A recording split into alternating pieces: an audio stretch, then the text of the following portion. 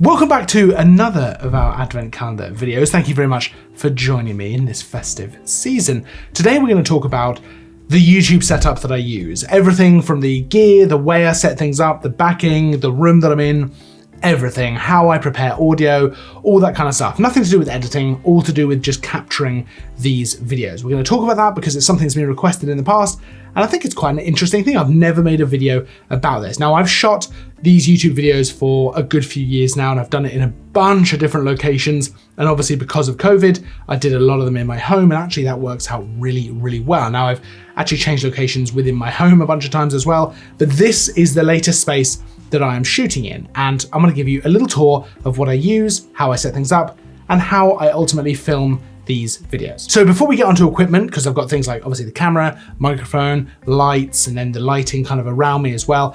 The reason I use this room is because I've got my computer right here. I can use my notes on my computer, so I can actually look at notes while I'm filming. It's much easier than having to look at my phone or something like that.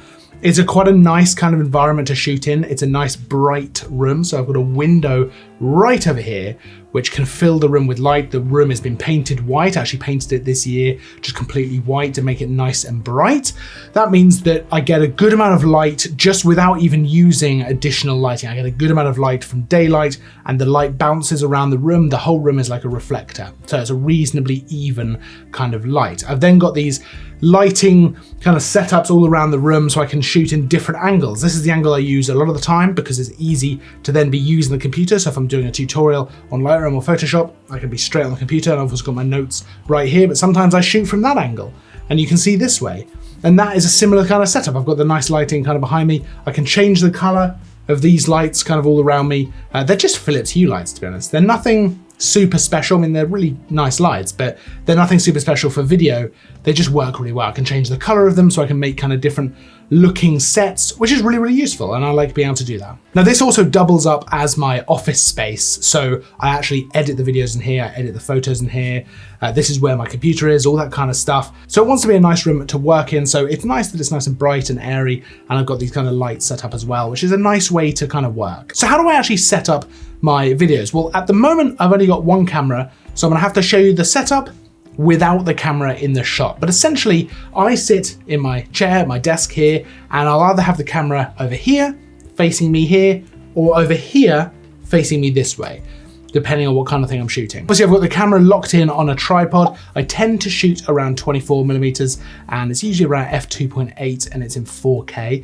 Then I've got a couple of different microphones that I use. Either I use this microphone that is right here as a boom mic, and that is the Rode NTG4 Plus. It's a really nice microphone to use for kind of boom sound like this because it's a good quality microphone. It's easy to kind of set up. It also has an internal battery, which is super handy. I never even think about charging. I just charge it once a month, maybe not even that.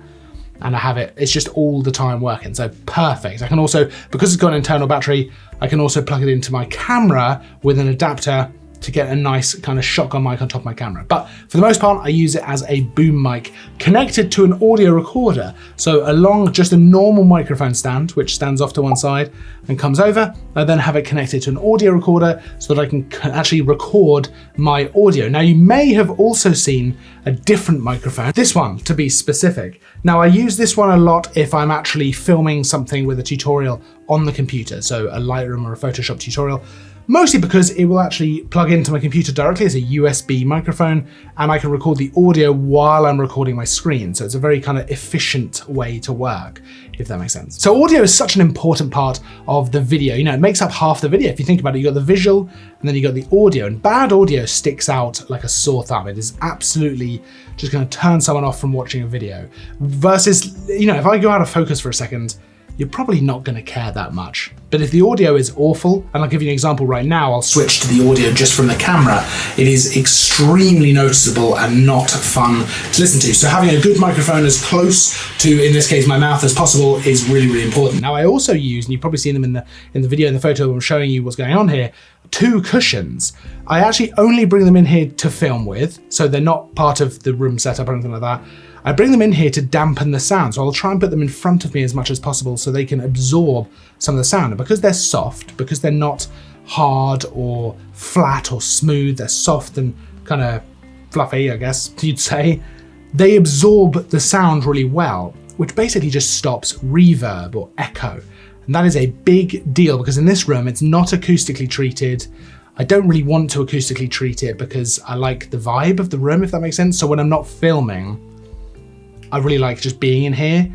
And, you know, filming probably takes up not a huge amount of the actual time that I'm in here. I'm editing photos, all that kind of stuff. So I don't really want to acoustically treat it, but I can bring in these. I also sometimes actually bring in a big rug and just hang it over the mic stand here just to kind of try and dampen that sound and get rid of that reverb. If I'm doing voiceover, I'll actually just take my hoodie off, put it over me and the microphone and do the voiceover. That way I remove the kind of reverb, the kind of echo that you don't want, because it's bouncing off all the walls, you know, it's bouncing off my desk, everything. So the more I can do, in this case the cushions, to remove that, the better. Lighting wise, sometimes, I'm not gonna lie to you, sometimes I don't set up an actual light, which is kind of mad, and considering everywhere else I filmed in the house, I absolutely always set up a light. Sometimes in here I don't. It depends on what the situation is. So for example, right now I absolutely do have a light, and I actually have a new light, which I'll show you as well. It's just a very kind of basic light. It's actually designed for streaming,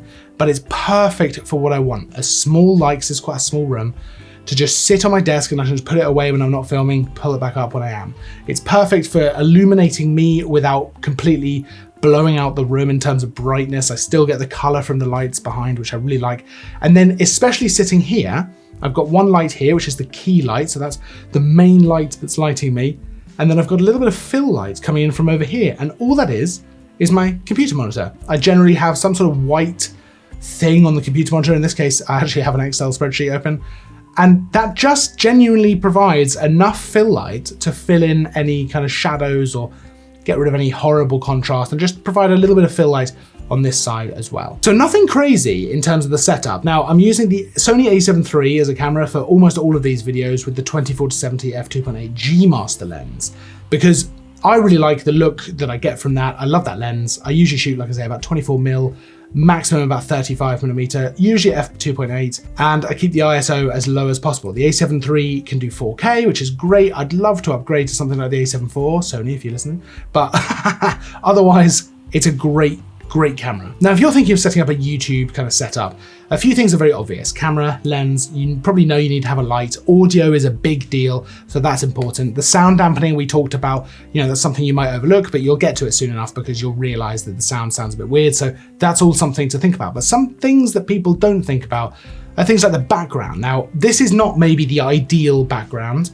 to be honest. I prefer some of the backgrounds I've had in the past, but having some depth behind you is a big deal, right? So if I was right up against a wall, it would feel a little bit cramped, it would feel a little bit claustrophobic, and it wouldn't have any opportunity for it to slightly go out of focus. If I'm shooting at f2.8, I want my background to be slightly out of focus. I also like having these lights back there. It's kind of a nice kind of feeling to the whole video. So if I was right up against the wall, I wouldn't have that depth of field. I wouldn't have as much kind of opportunity to use nice lighting and stuff like that. And also my key light would really spill onto the wall behind me and I'd get harsh shadows and it wouldn't look so great. So having depth behind you is really important. Now that's why I actually really like shooting from that direction, because it gives me a bit more depth. There's a bit more interesting stuff going on over that side as well, but it's not always as easy, to be honest, with things like lighting or with things like actually using my computer as well. Also from that angle, you almost definitely will have my computer screen in shot, which is not necessarily ideal if I want to have my notes up, because it doesn't look so great. And that's it really, that's the whole setup. There's not a huge amount to it. I've kind of done the whole thing of expanding everything and having a ridiculous amount of stuff, and I've kind of brought it back down over the years to what I really need, and otherwise leaving the room as is. Once you get your space how you want it, I like to keep it really tidy in here anyway, because it's not a big room, and I like working in here. It's a nice space to work in. So I don't want it to be super untidy because that's kind of, it doesn't feel as productive. But by bringing my kit down to camera on a tripod, three-legged thing if you're interested, lighting here, I use my computer screen for the kind of fill light, microphone, sound recorder, or sometimes using this mic. Nice and easy, it's nice and simple, and I can move things around as I want to. For example, like I say, I've got that angle, I've popped my camera on the windowsill before. there's a bunch of stuff like that I can do without really any problem. So it's a nice way to work. Now, let me ask you a question. Would you be interested in more videography videos? Would you be interested in anything in particular? You know, I know there's a couple of suggestions already. So we are actually going to do a color grading video. We might do a couple of other bits as well, but color grading I know is one that I've been asked about a few times. So that is definitely one I'd like to get to. But is there anything else you'd like to see? Maybe either about videography or about YouTube in general? I'd love to know your thoughts about all of that down in the comments. Absolutely let me know, because that's super helpful. I'd love to know what you guys want to see, and then I can make exactly that, hopefully.